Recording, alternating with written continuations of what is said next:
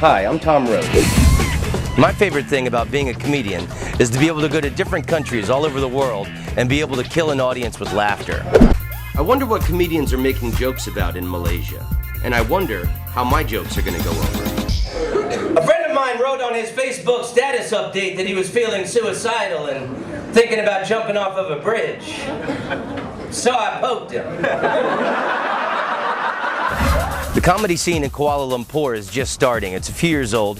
There's an older guy named Harith who everybody looks up to. No worries, read the subtitles. This is Malaysia, we have subtitles. You go to our cinemas, subtitles, 3 languages, blocking half the screen. I think I have to credit YouTube and like the internet for the introduction of comedy. I can't thank YouTube enough for introducing it to us.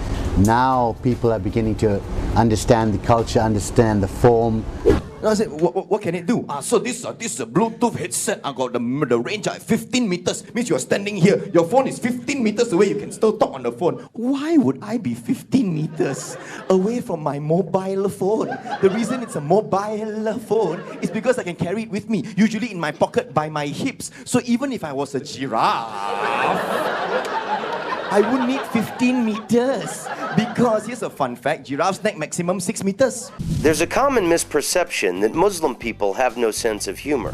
We're making a sweeping statement to say that Muslims have no sense of humor. I would say majority of them do. The minority that don't, however, are very vocal about their objection. The thing with Malaysia is we're multiracial. We have 3 main races, the Chinese, the Indians and the Malays. I mean, there are a lot of other races, but these are the 3 main races. The comedy is actually a lot based on race. If you think about it, every question in the English language is a Chinese name. Who, what, where, when, why, how. All Chinese name.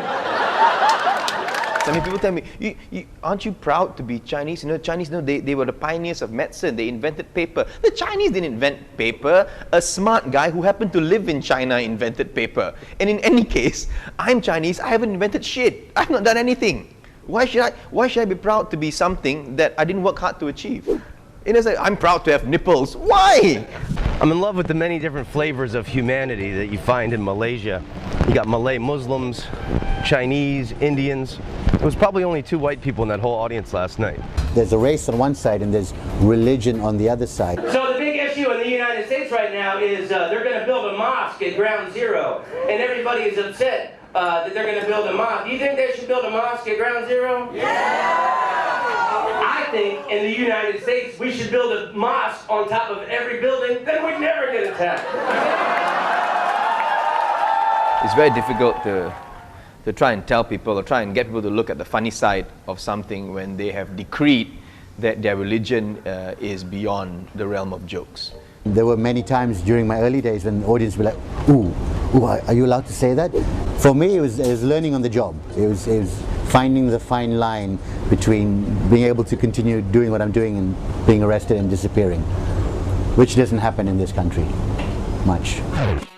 Don't be afraid of Malaysia, everybody. There is abundant prosperity spilling out in the good humor of its people.